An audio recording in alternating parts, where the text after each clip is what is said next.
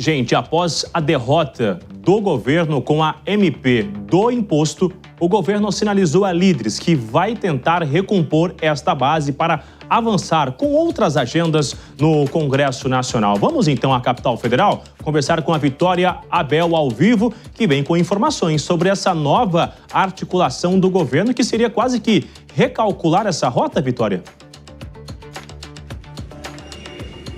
É isso mesmo, Bruno. Boa tarde para você, para a Márcia e para todos que nos acompanham. O governo tem sido já tem recebido recomendações de líderes de centro que é necessário moderar o tom, não ir para o enfrentamento, não permanecer nesse enfrentamento de Congresso, inimigo do povo, Congresso versus Executivo, se ele quiser continuar aprovando projetos de interesse do Executivo. Esse alerta também serviu para despertar no Palácio do Planalto e nos líderes próximos ali ao governo, próximos ao presidente Lula, a iniciativa de tentar reorganizar essa base governista. Porque a gente lembra que ainda existem necessidades do governo no Congresso Nacional e a gente cita aqui, por exemplo, a Lei de Diretrizes Orçamentárias de 2026, que precisa ser votada, deve ser votada na semana que vem, e se o governo não tiver apoio, muito provavelmente deputados de oposição vão acabar incluindo ali uma série de penduricalhos na LDO, que é a matéria que coloca ali que trabalha o cerne do orçamento do próximo ano.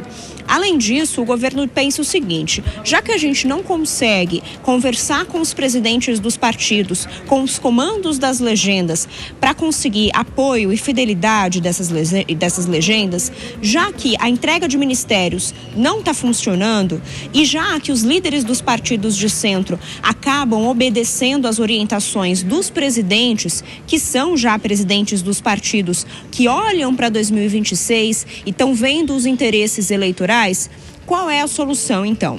É trabalhar deputado a deputado, é trabalhar um convencimento individual dos parlamentares para tentar atrair eles novamente para a base governista e tentar garantir uma fidelidade deles nas votações com o governo. Então, o que os líderes governistas, junto com o Planalto, querem fazer nos próximos dias é abrir a lista mesmo de todos os deputados dos partidos de centro, identificar quem tem um perfil de maior negociação, quem tem a possibilidade de ainda tem uma simpatia pelo presidente Lula, por exemplo, e tem a possibilidade de votar junto com o governo e já colocar esse deputado na lista ali de fidelidade. É um trabalho de formiguinha, mas vai ser o necessário, já que o governo não pode somente contar com as lideranças, os cabeças dos partidos de centro que estão olhando ali para 2026 e fazem um trabalho muito alinhado já com a oposição ao presidente Lula.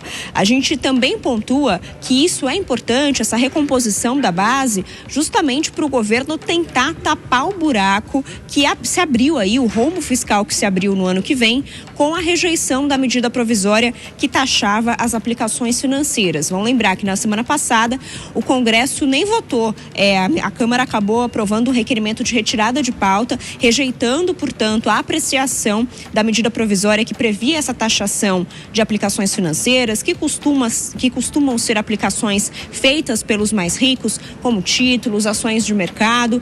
Essa taxação podia ficar em cerca aí de 18%, e nessa mesma medida provisória também tinha o aumento da taxação das bets, dos sites de apostas. O que o governo olhou então para essa derrota e está pensando já em alternativas para tapar esse buraco, esse rombo que pode ficar em cerca de 30 bilhões de reais para o ano que vem.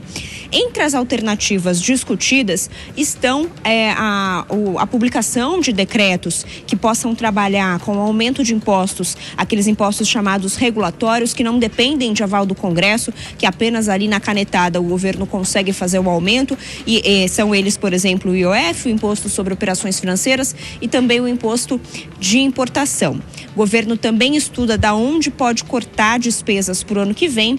E, por último, o líder do PT, Lindbergh Farias, apresentou ontem um projeto de lei que prevê o aumento de taxação das bets. Mesma coisa que a medida provisória também previa. Só que o Lindbergh quer aumentar de 12% o imposto hoje cobrado sobre as receitas dessas empresas para 24%. A medida provisória previa um aumento de 12% para 18%. Qual é a questão? O Ministério da Fazenda ainda não se posicionou sobre esse projeto do Lindenberg. E uma questão é que um projeto de lei precisa justamente dessa base governista organizada e fiel para avançar. O que eu ouvi de aliados do presidente Lula próximos aqui no Palácio do Planalto é que não dá para você tocar um projeto sem ter a certeza de que você vai ter a base para levar ele para frente. Então, primeiro é necessário arrumar a casa antes de tocar qualquer projeto de lei que dependa da maioria do Congresso Nacional. Bruno e Márcia. A gente segue acompanhando a Vitória Abel na capital federal, de olho nessa articulação do governo. João Belutti, se o governo vai tentar recompor, vai recalcular essa rota, é um sinal que o governo entendeu que, se está em alta aqui nas ruas, lá dentro do Congresso, enfrenta dias difíceis, né?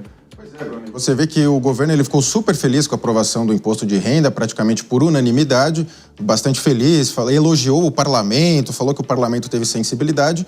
Agora, quando o parlamento vai lá e veta esse aumento de impostos, especialmente do IOF, questão das bets, aí o governo faz um discurso, vocifera bastante contra o parlamento. É evidente que não há uma clareza da base do governo. Tivemos agora o desembarque do União Brasil e do PP, o Partido Progressistas, que formou uma federação, a União Progressistas, que em tese já se equivoca de largada ao querer se alinhar à direita, sendo que o nome do partido é o próprio Partido Progressista, que é uma palavra sabidamente conhecida dos campos da esquerda. Então o partido ele é centrão de fato, essa nova federação. E o centrão ele não se incomoda se o governo é de esquerda, de direita, de centro, ele está sempre ali no governo. E agora esse desembarque, me parece que o União Brasil e o PP sentiram que a tendência era de derrota para o Lula. E agora com esses novos ventos, uma alegada popularidade do Lula por pesquisas, eles estão na dúvida, será que a gente fez o certo de sair? Eu deveria ficar?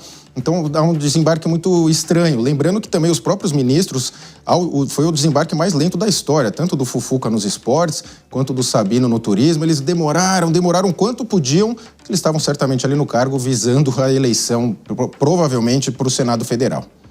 Agora, João, da onde o dinheiro, então, vai sair para fechar essa conta, já que realmente o governo aprovou essa medida do imposto de renda, né, da isenção até R$5.000, e agora vão propor projetos, tanto de taxação das bets, como ontem o secretário de comunicação do PT falou para a gente também, corte de medida, né, de emenda, perdão, e tem também ali as fintechs, que também podem ser taxadas. Quais desses planos você acredita que podem passar, né? Que pode ser a melhor saída? Olha, Márcio, eu acredito que se o governo focar especialmente na questão das bets e das fintechs, teria um grande apelo popular, não similar ao do imposto de renda, mas um apelo popular no sentido de as bets necessitam ser taxadas até pela questão do vício que gera, um problema de saúde pública imenso para o país. E, curiosamente, muito mais no Brasil do que em outros países. As bets aqui realmente dominaram o mercado, seja no próprio mercado formal do esporte, patrocinando os times.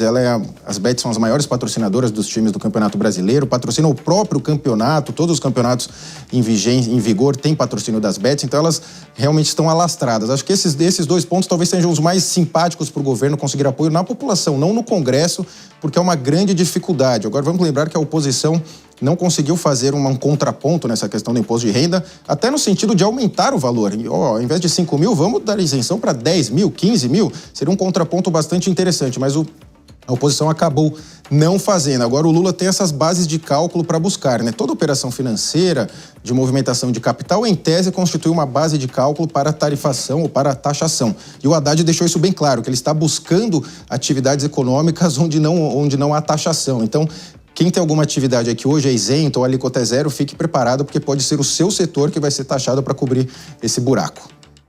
Obrigada, João Belutti.